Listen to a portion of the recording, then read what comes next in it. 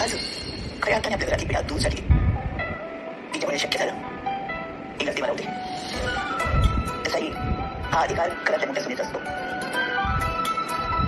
साई देवापुढे दिवा लाव. हो मुळाजी.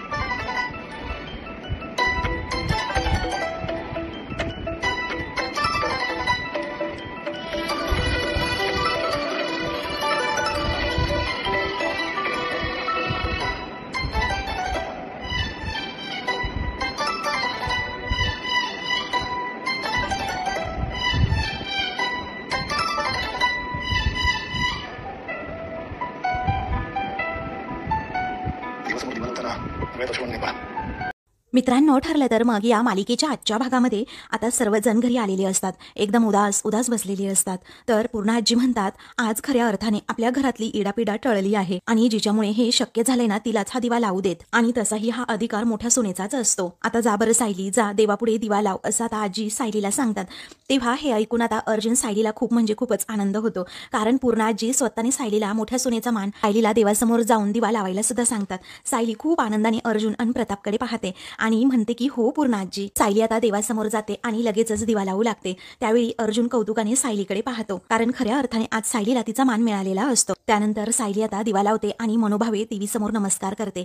तर प्रताप आता नेमका सायलीकडे मागे पाहतो आणि तिच्या मागे जाऊन उभा राहतो. तो सुद्धा अगोदर देवाला नमस्कार घालतो. तेव्हा प्रताप आता लगेचच सायलीच्या खांद्यावर हात ठेवतो. सायलीला समजतं बाबा आलेत. मग आता देवासमोर दिवा लावताना अजिबात डोळ्यातून अश्रू आणू नये, कारण हा आनंदाचा प्रसंग आहे. म्हणजे चेहरा कसा हसरा आणि आनंदीच हवा. आज तुझा आणि तुझ्या नवऱ्याचा विजय झाला आहे, त्यामुळे आजचा दिवस हा दुःखाचा नाही तर आनंदाचा आहे. मग त्यानंतर सायली आता प्रतापच्या सांगण्यावरून आपले अश्रू पुसते आणि म्हणते, बाबा आज कोर्टामध्ये जे काही घडलं या गोष्टीचा आम्हाला अंदाज होताच, पण तुम्हा सगळ्यांसाठी हे खूपच अनपेक्षित होतं ना. त्यावेळी प्रताप बिचारा खाली मान घालतो आणि म्हणतो, बाळा तो आमचाच आंधळेपणा होता, पण कसं आहे ना, त्यामुळे तुमचं यश हे कमी होत नाही. आता तुझं मनापासून अभिनंदन, कारण तू तुझ्या बाबांसाठी लढलीस आणि शेवटी जिंकून सुद्धा दाखवलंस. आता खरं सांगू, प्रत्येक बापाला तुझ्यासारखी मुलगी मिळायला हवी. तेव्हा सायलीला आता खूप आनंद होतो की मला एवढा चांगला मान बाबांनी दिलाय. त्यामुळे तिचे डोळे पुन्हा एकदा पाणवतात आणि ती विचारते, काय बाबा खरंच? मग आता प्रताप म्हणतो, हो बाळा. तेव्हा ती पटकन प्रतापला मिठी मारते. प्रतापही तेवढ्याच मायेने आपल्या सुनेला म्हणजे लेकीला जवळ घेतो. अर्जुन हे सगळं काही पाहत असतो की सायलीने किती माणसं कमवलीये, म्हणून त्यालाही आता तिच्याबद्दल खूप कौतुक वाटतं. तर आता दुसरीकडे रविराज हा आपल्या रूममध्ये येतो. तर प्रतिमाचा आता थोडं दुखत असल्यामुळे ती शांतपणे झोपलेली असते. आता रविराजच्या मनामध्ये खूप प्रश्नांनी गोंधळ घातलेला असतो आणि कोर्टामध्ये काही प्रसंग घडले ते आता त्याच्या नजरेसमोरून पुन्हा एकदा जातात. त्याचबरोबर तो आता प्रतिमाकडे पाहत राहतो. मग आता प्रिया जेव्हा त्याला सापडली होती, म्हणजे जेव्हा ती आपली ओळख घेऊन घरी तन्वी अशी आली होती, तेव्हाचे देखील प्रसंग आता रविराजला आठवतात की जेव्हा माझं बाळ म्हणजे माझी तन्वी मला सापडली होती, तेव्हा मला जगातील सगळ्यात मोठा आनंद मिळाला होता आणि आज तिने काय केलंय, आतापर्यंत जे काही बोलली ते सगळं काही खोटं होतं असं रविराजला आता वाटतं आणि भामट्या प्रियावरचा विश्वासच त्याचा आता उडतो. त्याचबरोबर प्रियाचं अर्जुन बरोबर ज्या दिवशी साखरपुडा असतो तेव्हा प्रिया खूप छान दिसत असते आणि तेव्हा रविराजने तिला कॉम्प्लिमेंट दिलेली असते, बाळा खरंच तू खूप छान दिसतेस आणि लहानाचं मोठं होताना तुला मला पाहताच आलं नाही आणि माझं बाळ म्हणण्याचं सुख सुद्धा अनुभवता आलं नाही. आणि तुला सांगू तन्वी, अगं मला असं वाटतं ना, ही वेळ अशीच इथे थांबवून राहावी. हे सगळं रविराजचं प्रेमाचं बोलणं आता त्यालाच आठवत असतं आणि प्रियासुद्धा त्याच्यावर आता अगदी छानपैकी बोलत असते. मग प्रियाचं हे बोलणं खोटं सगळं होतं हे रविराजला समजतं. आता त्याच्या मनामध्ये खूपच दुःख असतं, त्यामुळे तो प्रतिमाचा हात हातात घेतो. तेव्हा त्याला आठवतं की अर्जुनने कशाप्रकारे तन्वीचं पितळ उघड केलं, कारण प्रिया अर्जुनच्या दबावाखाली आली आणि तिने सगळं सत्य सांगितलं. त्यावरती प्रियाने जी साक्ष दिलेली असते की गोळी मी नाही झाडली, मी माझ्या डोळ्यांनी पाहिलंय की साक्षीने झाडली आहे, हे सगळं आठवून रविराज क्षणातच आता कोसळतो. बिचाऱ्याच्या अश्रूंचा पुन्हा एकदा बांध फुटतो आणि तो खूप रडू लागतो. सगळं काही अगदी त्याला संपल्यासारखं वाटतं, कारण तो एक प्रतिष्ठित वकील असतो. त्याचबरोबर प्रियाने ही जी काही माती खाल्लेली असते ती आता अख्ख्या महाराष्ट्रासमोर जगजाहीर झालेली असते आणि त्यामुळेच रविराजची आता सगळी इज्जत धुळीला मिळालेली असते. त्याचबरोबर जज साहेबांनी जो काही प्रियाला शिक्षेचा आता निर्णय दिलेला असतो तो म्हणजे 7 वर्षांची सक्त तिला जेल होणार, हे जज साहेबांचं बोलणं देखील आठवून आता रविराजला त्रास होतो. मग आता त्याला समजतं आपली लेक जेलमध्ये आहे, परंतु प्रतिमाला तर याबद्दल काहीही माहीत नाही अजून, असं आता तो मनातच म्हणतो आणि लगेचच प्रतिमाकडे पाहतो. इकडे घरातील सगळेच जण अजूनही उदास बसलेले असतात, भामट्या प्रियाच्या विचारातच असतात. तेवढ्यातच सायलीने सर्वांसाठी कॉफी केलेली असते आणि ती सगळ्यांसाठी तिथे हॉलमध्ये घेऊन येते. अगोदर ती पूर्णाजींना म्हणते कॉफी घ्या ना. तेव्हा पूर्णाजी म्हणतात नको, माझी इच्छाच नाहीये. तेव्हा सायली अर्जुनकडे पाहते. अर्जुनलाही वाईटच वाटतं. त्यानंतर सायली म्हणते आई अहो तुम्ही तरी घ्या ना कॉफी. तेव्हा मला नको आहे कॉफी असं कल्पनाच म्हणते. त्यानंतर आता सायलीला समजतं कोणीच कॉफी घेणार नाही, कारण आता प्रतापने सुद्धा नकारच दिलेला असतो. अस्मितासाठी सुद्धा तिने स्पेशल वेलची घालून मळमळायला नको म्हणून कॉफी सुद्धा बनवलेली असते. त्याने सुद्धा कॉफी पिण्यासाठी नकार दिल्यामुळे आता लगेचच सायलीला वाईट वाटतं. ती म्हणते बरं ठीक आहे, मी सर्वांसाठी गरमागरम आता पिठलं भाकरी बनवते. त्यावेळी आता अर्जुन सायलीकडे पाहतच राहतो. मग आता सायली म्हणते बनवू ना मी. तेव्हा अर्जुन हो म्हणतो, परंतु आता कल्पना म्हणते मला अजिबात काही खाण्याची इच्छा नाहीये असं म्हणून ती आता रागातच रूममध्ये जाते.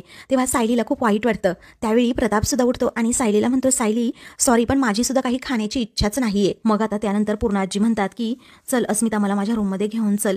आता मला झोप येईल की नाही माहीत, परंतु थोडीशी पडते मी, मला बरं वाटेल जरा, माझं डोकं सुद्धा थोडं शांत होईल असं म्हणून त्या तिथून जात असताना सायली म्हणते पूर्णाजी अहो तुम्ही अशा उपाशीपोटी गोळ्या कशा घेणार, उपाशीपोटी अशा गोळ्या घ्यायच्या नसतात असं जेव्हा सायली म्हणते ना तेव्हा पूर्णाजी म्हणतात की जाऊ दे ग काही हरकत नाही असं म्हणून त्या रूममध्ये निघतात. तेव्हा घरातील सगळेजण आता तिथून गेल्यामुळे ते सुद्धा अगदी उपाशीपोटी. ते पाहून आता सायलीचा संताप होऊ लागतो. मग आता अर्जुन म्हणतो की सायली यांचं हे वागणं असं नॉर्मल आहे, तू काळजी करू नकोस कारण त्यांना होतोय त्या गोष्टीचा त्रास. सायली संतापानेच म्हणते त्या भामड्या प्रियाला काही कळत नाही का हो, तिला समजलं नाही का की या घरामध्ये सगळ्यांचा तिच्यावर किती जीव होता ते, आणि या सगळ्यांचं काय होईल याचा विचार तिने कधी केलाच नसेल का हो. तेव्हा अर्जुन म्हणतो की शांत हो आणि एवढाही त्रास तू करून घेऊ नकोस, कारण तन्वीने जे काही केलं त्याची शिक्षा तिला मिळालीच आहे. कारण घरच्यांना सुद्धा एवढा मोठा शॉक बसलाय आणि त्यांची लाडकी सून असं काही करू शकते याच्यावर त्यांचा विश्वासच बसत नव्हता, किंवा त्यांना एक्सपेक्टच नव्हतं की तन्वी असं काही करू शकते. कारण घरातील सर्वांचा तन्वीवर खूप विश्वास होता ना, कारण त्यांचा खूप मोठा विश्वासघात झालाय आणि त्याचाच त्यांना त्रास होतोय. तू त्यांना थोडा वेळ दे, सगळं काही ठीक होईल असं अर्जुन सायलीला समजावतो. मग आता सायली म्हणते आणि याचाच सगळ्यांना खूप त्रास होतोय. अहो त्या प्रियाला काय फक्त पुरावे मिटवल्याची शिक्षा मिळाली आहे आणि या सगळ्यांच्या भावनांशी ती जी खेळली आहे याची शिक्षा तिला कोण देणार आहे. कोर्टाने तिला 7 नाही तर 14 वर्षांची शिक्षा दिली पाहिजे होती असं सायली खूपच चिडून म्हणते. तेवढ्यातच आता प्रियाची बाजू घेणारा अश्विन तेथे येतो आणि मोठ्यानेच ओरडतो काय बस एवढीच शिक्षा, म्हणजे फक्त 14 वर्षांची? पण नाही अरे 14 वर्षांची नाही, फक्त तिला तर फाशीच व्हायला हवी होती हो की नाही. आणि तुझी तर हीच इच्छा असेल ना की एकदा का तन्वीला फासावर लटकवलं की तुझं मन शांत होईल, असे आरोप आता अश्विन सायलीवर करतो. तेव्हा सायली म्हणते हे पहा अश्विन भाऊजी असं काहीही नाहीये, पण गुन्हा हा गुन्हाच असतो. त्यावेळी अश्विन म्हणतो एवढा मोठा काय गुन्हा केला होता, फक्त खोटं बोलली एवढाच एवढा मोठा गुन्हा झाला का हा? आणि या घरामध्ये सर्वात जास्त खोटं ना कुणी बोललं असेल तर तुम्ही दोघे बोलले आहात असं अश्विन प्रियाची बाजू घेत अर्जुन आणि सायलीला खूप बोलत असतो. त्या दोघांनाही सुनावत असतो, जेणेकरून आता तुम्ही चुकला आहात आणि माझ्या तन्वीवर खोटे नाटे आरोप करताय का? तुम्हाला तिला फाशीची शिक्षा व्हायला हवी होती ना, म्हणजे तुमचं मन समाधान झालं असतं. त्या काहीही आरोप करत अश्विन अगदी प्रियाची बाजू घेत अर्जुनला बोलतो. त्यामुळे आता अर्जुनच्या तळपायाची आग मस्तकात जाते. तेव्हा अर्जुन सुद्धा आता खूपच चवताळतो आणि विचारतो काय आम्ही अडकवलंय का तुझ्या तन्वीला? अरे आम्ही काही केलं नाही, कारण तुझ्या त्या तन्वीने ना स्वतः कबूल केलंय कोर्टात आणि तिथले फुटेजेस आता सुद्धा ऑनलाईन आहेत, ते तू बघू शकतोस असं अर्जुन शांतपणे आता अश्विनला समजावतो. पण आता वेडा झालेला अश्विन म्हणतो मला ते बघण्याची अजिबात गरज वाटत नाहीये, समजलं? कारण मला माहिती आहे ना तुम्ही दोघेही आधीपासूनच तिचा खूप राग करता. आणि सायली ही तन्वी तुझ्या नवऱ्याशी लग्न करणार होती याचा राग तू आता काढतेस का असं रागातच अश्विन विचारतो. अश्विनचे हे खोटे नाटे आरोप ऐकून आता सायली जरा हादरतेच आणि विचारते अहो अश्विन भाऊजी तुम्ही कुठले विषय कुठे घेऊन जाताय, कळतं का तुम्हाला काही? मग आता पुढे तो म्हणतो तू तिच्या आणि दादाच्या मध्ये आलीस, समजलं? आणि मग त्यानंतर तिची जी अवस्था झाली ना त्यातून फक्त मी आणि मीच तिला बाहेर काढलं आहे आणि आता तू काळजी करू नकोस, मी सुद्धा तिच्या सोबत अजूनही उभा राहणार आहे असं अश्विन स्पष्ट मत अर्जुनला सांगतो. तेव्हा अर्जुन म्हणतो अश्विन अरे कुठला विषय तू कुठे घेऊन जातोस? अरे अगोदर जाऊन बघ ना कोर्टामध्ये नक्की झालंय काय. त्याच वेळी आता अश्विन चवताळूनच म्हणतो अरे तू तर मध्ये बोलूच नकोस. अरे या सायलीने तुझे कान भरले आणि म्हणून तू तिच्यावर वाटेल ते आरोप केलेस आणि हिच्या सांगण्यावरून तू तिला जेलमध्ये पाठवलंस. अरे बायकोच्या ताटाखालचं ना तू मांजर झालास मांजर. असे आरोप जेव्हा अश्विनच अर्जुनवर करतो तेव्हा अर्जुन मात्र खूपच चवताळतो आणि शट युअर माउथ अश्विन असं रागातच म्हणतो. त्याच्या सणकण कानाखाली ओढणार तितक्यातच सायली आता लगेचच अर्जुनला पकडते आणि त्याचा हातच धरून ठेवते. मग आता सायलीला सुद्धा अश्विनचा खूप राग आलेला असतो. ती त्या दोघांमध्ये मात्र काही बोलत नसते. तो म्हणतो अरे जरा डोळे उघडे ठेव आणि कान सुद्धा, आणि कोर्टामध्ये जाऊन बघ तुझ्या बायकोने काय काय केले, ऐक तिचे प्रताप जरा, आणि तिच्यावर विश्वास ठेवणं सुद्धा कमी कर जरा. अरे आता अख्ख्या जगाला सुद्धा समजले की तुझी बायको ना किती खोटं बोलत होती. अरे तू तुझ्या बायकोच्या प्रेमात फार वेडा झाला आहेस असं जेव्हा अर्जुन म्हणतो, अश्विन मात्र अजूनच रागात म्हणतो, हो आहे माझं माझ्या बायकोवर प्रेम आहे, काय करणार आहेस तू? अरे कारण तिचं कसं असतं, पोटात एक आणि ओठात एक, तुझ्या बायकोसारखं नसतं असं म्हणून तो जेव्हा सायलीला पुन्हा एकदा बोलतो, अर्जुन मात्र खूपच भडकतो आणि अश्विनवर पुन्हा एकदा धावून जातो. रागातच म्हणतो अश्विन असं म्हणून तो त्याला आता चांगलाच एक कानाखाली मारणार असतो. तेव्हा सायली म्हणते, अहो थांबा जरा. मग आता सायली शांतपणे म्हणते, अहो तुम्ही आत्ताच म्हणालात ना की घरच्यांना वेळ द्यायला हवा म्हणून, तसाच आपण अश्विन भाऊजींना सुद्धा वेळ देऊयात ना. तेव्हा अश्विन आता रागाच्या भरात तोंडाला येईल ते बोलू लागतं आणि म्हणतो, ए सायली तू तुझी ही नाटकं आहेत ना ती अगोदर बंद कर आणि जा बरं जाऊन सेलिब्रेट कर असं तो म्हणतो. तेव्हा सायलीला अजूनच वाईट वाटतं की अश्विन भाऊजी माझ्यावर सुद्धा विश्वास ठेवायला तयार नाहीत. अगं तुझी बालपणीची मैत्रीण जिचा तू तिरस्कार करत असतेस ना, तिला जेल झालीये जेल. आणि त्या दोघांनाही तो अगदी दमच भरतो की एक गोष्ट लक्षात ठेवा, तिचा नवरा ना अजून जिवंत आहे असं म्हणून तो तेथून निघून जातो. तेव्हा अर्जुन म्हणतो, अश्विन थांब. तरीही आता अश्विन ऐकत नसतो. त्याचवेळी सायली विचारते, तुम्हाला आवाज चढवायची काय गरज काय होती हो? वरती सगळ्यांना ऐकू गेलं असतं तर मग काय केलं असतं? तेव्हा अर्जुन म्हणतो, ऐकू दे ना सगळ्यांना, त्यांनाही कळू दे ना त्यांचा मुलगा बायकोच्या प्रेमापोटी काय काय करतोय ते आणि कसा वागतोय ते. तेव्हा सायली म्हणते, तुम्ही आता शांत व्हा, एकदम शांत व्हा, काहीही बोलू नका असं म्हणून सायली आता विमलला आवाज देते आणि म्हणते, जरा कांदा चिरून ठेवताय का, मी 10 मिनिटात आलेच हा रूम मधून. तेव्हा विमल म्हणते, पण सायलीत ऐकूनही जेवणार नाहीये ना, मग काय करायचं? तेव्हा सायली आता विमलचा हात हातात घेते आणि म्हणते, मी बरं कुणाला उपाशी पोटी अशी झोपून देईल, कारण मी अशी हार मानलेली नाही अजून विमलताई, अशी हार मानणारही नाही. आता तुम्ही कामाला लागा, मी आली 10 मिनिटात असं म्हणून सायली तेथून जाते. तेव्हा अर्जुन सायलीकडे अजून पाहतच राहतो, कारण त्यालाही आनंद होतो की घरचे कितीही वाईट वागले तरी सायली चांगलीच वागते. आता दुसरीकडे सगळेच जण म्हणजे सुमन आणि त्याचबरोबर नागराज, रविराज हे अजूनही प्रतिमा शेजारीच बसलेली असतात. ती अजूनही शुद्धीवर आलेली नसते. सर्वांना एकच काळजी असते की कधी एकदा ती शुद्धीवर येईल, परंतु त्या तिघांच्याही डोक्याला दुसरं टेन्शन असतं, ते म्हणजे इकडे या प्रियाचं. कारण प्रिया आता 7 वर्षांसाठी जेलमध्ये गेलेली असते आणि हे जर प्रतिमाला समजलं तर ती उगीच अजून हायपर होणार. या विचाराने रविराज विचार करतो. सगळेजण आता फक्त एकमेकांकडे पाहतात आणि प्रतिमा शुद्धीवर कधी येते याची वाट पाहत असतात. त्यानंतर नागराज सर्वांना म्हणजे सुमन आणि रविराजला सुचवतो की तिथे आपण जेव्हा कोर्टात गेलो तिथे नक्की काय घडलं हे प्रतिमा वहिनीला विचारू नका, कारण नंतर तिला आठवत नाही काही मग आणि उगीच तिला त्रास होईल मग. असं जेव्हा तो आता म्हणतो ना, तेव्हा मात्र रविराज त्याच्याकडे बघतच राहतो. त्यावेळी सुमन म्हणते, हो मलाही असं वाटतंय, कारण तुम्हाला सांगू वहिनींना आठवत नाही आणि मग त्यांनाच त्रास होत असतो, त्यामुळे आपण तो विषय अजिबात काढायचाच नाही आणि मला कसं वाटतं आपण हा विषय टाळलेला बरा. तेव्हा आता लगेचच नागराज म्हणतो, एक्झॅक्टली मलाही हेच म्हणायचंय. तेव्हा मग या दोघांच्या बोलण्यावरून रविराज म्हणतो, बरं ठीक आहे. त्यानंतर आता लगेचच प्रतिमा सुद्धा उठते, ती शुद्धीवर आलेली असते, त्यामुळे आता सगळ्यांच्या जीवात जीव येतो. तेव्हा वहिनी तुम्हाला कसं वाटतंय आता असं सुमन विचारते. तेव्हा प्रतिमा म्हणते, बरं वाटतंय. त्यावेळी रविराज म्हणतो, अगं खूप गाढ झोप आली होती तुला ना आणि म्हणूनच तुला उठवलं नाही, पण बरं वाटतंय ना ग तुला आता असं रविराज विचारतो. प्रतिमा म्हणते, हो. त्यानंतर प्रतिमाच्या लगेच लक्षात येतं की कोर्टामध्ये निकाल काय लागला आणि ती त्यात तिघांनाही विचारते आणि तिघांच्याही चेहऱ्याकडे पाहते की कुणीतरी काहीतरी उत्तर देईल, पण कुणी काहीही बोलत नसतं. कारण प्रतिमाला जर समजलं प्रियाला 7 वर्ष जेलची शिक्षा झाली आहे तर होणार काय आणि प्रतिमाला उगीच धक्का बसेल या विचाराने तिघेही एकमेकांकडे पाहतात. तेव्हा रविराज तो विषयच टाळतो आणि म्हणतो, प्रतिमा तू थोडा वेळ आणखी आराम कर, आपण बोलूयात ना, आपण नंतर बोलू असं म्हणून तो टाळतो. त्याच वेळी प्रतिमा म्हणते, अहो तुम्ही मला का टाळताय, असं नंतर का बोलायचं, आत्ताच बोला, मी ठीक आहे. अहो सांगा ना काय झाले नक्की कोर्टात. इकडे सायली आता फ्रेश होते आणि आरशासमोर जाऊन उभी राहते. त्याच वेळी अर्जुन तेथे येतो आणि तिच्या खांद्यावर हात ठेवतो आणि तिला घट्ट पकडणार असतो. तेव्हा सायली म्हणते, हो काय करताय, तुम्हाला भलत्या वेळेला बरं भलतं सुचतं हो. मग त्यावेळी अर्जुन म्हणतो की मी काय केलंय आता. तेव्हा ती म्हणते, हो कुणी बघेल ना, दरवाजा उघडा आहे.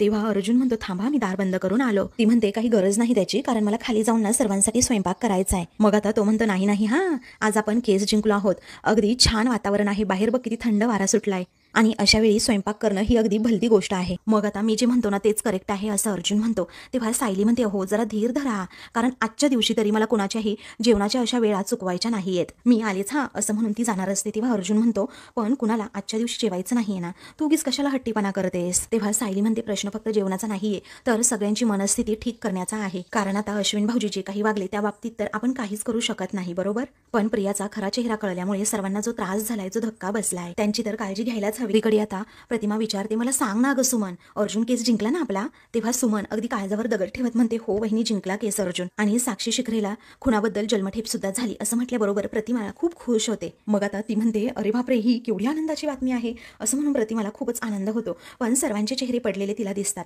त्यामुळे ती एकदमच गप्प होते आणि विचारते, काय झालं तुम्हाला, अहो तुमचे चेहरे असे का पडले आहेत. तेव्हा रविराज खरं खरं सांगून टाकतो की आपल्या तन्वीला सुद्धा 7 वर्षांची शिक्षा झाली आहे अगं प्रतिमा. हे ऐकून प्रतिमाला आता प्रचंड असा धक्का बसतो आणि ती विचारते, काय.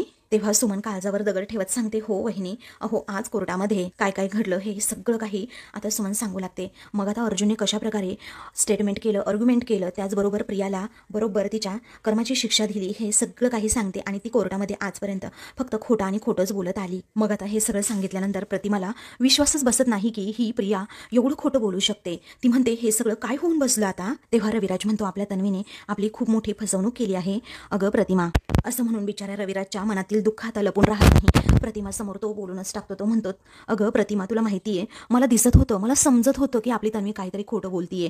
आणि कोर्टामध्ये जो सायकोलॉजिस्टचा रिपोर्ट आहे तो सुद्धा हेच सांगत होता ना की तन्वी खोटं बोलतीये म्हणून. पण माझ्यातला बाप आहे ना, तो या सगळ्याकडे दुर्लक्षच करत आला. आणि आता हे काय होऊन बसलं बघ ना. आणि ही शिक्षा तिला नाही तर मला झाली आहे. तर इकडे अर्जुन आता सायलीला विचारतो, पण तुझं काय?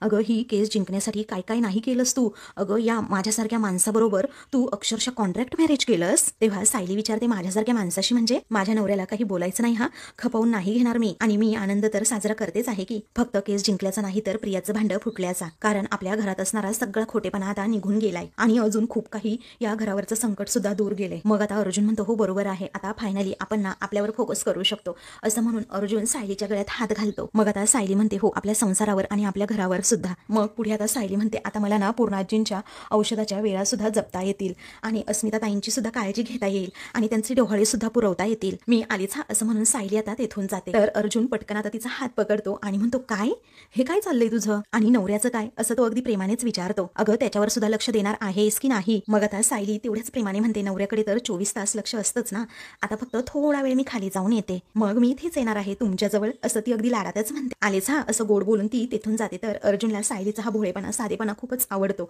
आणि तो तिच्याकडे पाहतच राहतो. मग आता तो म्हणतो, सायली सुद्धा ना, असं म्हणून तो पुन्हा हसतो. आणि सगळ्यांना जेवणासाठी तयार करणं हा खूप मोठा टास्क तिच्यासाठी असणार, बट आय एम शुअर ती करेल मॅनेज. तर आता मित्रांनो, पुढील भागामध्ये सायली शेवटी घरातील सगळ्यांना हॉलमध्ये घेऊन येते आणि म्हणते, प्रियामुळे सगळ्यांना मनस्ताप होतोय हे कळतंय मला, पण असा तिचा राग कुणीही जेवणावर काढू नका आणि तिच्यामुळे कितीही त्रास होत असेल तरीही अन्नाचा अपमान होऊ द्यायचा नाही, ही आपल्याच घरातली शिकवण आहे ना, असं म्हणून ती पूर्णाजींना प्रेमाने जेवण भरवते. तेव्हा अर्जुन कौतुकाने सायलीकडे पाहतो. त्यानंतर पूर्णाजी आता रूममध्ये जाऊन रडत असतात. त्या अभद्र मुहूर्तावर या अश्विनचं लग्न आम्ही लावून दिलं, त्याच्या आयुष्याची राख रांगोळी केली मी का तिला आपलं घर हे पोखरू दिलं, असं म्हणून पूर्णाजी या अगदी डोक्यालाच हात लावतात. त्यांना आता त्या गोष्टीचा खूप त्रास होतो आणि त्या खूपच रडू लागतात. तर आता सायली नेमकी हे ऐकते, पूर्णाजींना चक्कर येऊ लागते. तर सायली पटकन त्यांना सावरते. अशाच मालिकेंची पुढील भाग पाहण्यासाठी चॅनलला सबस्क्राईब करा.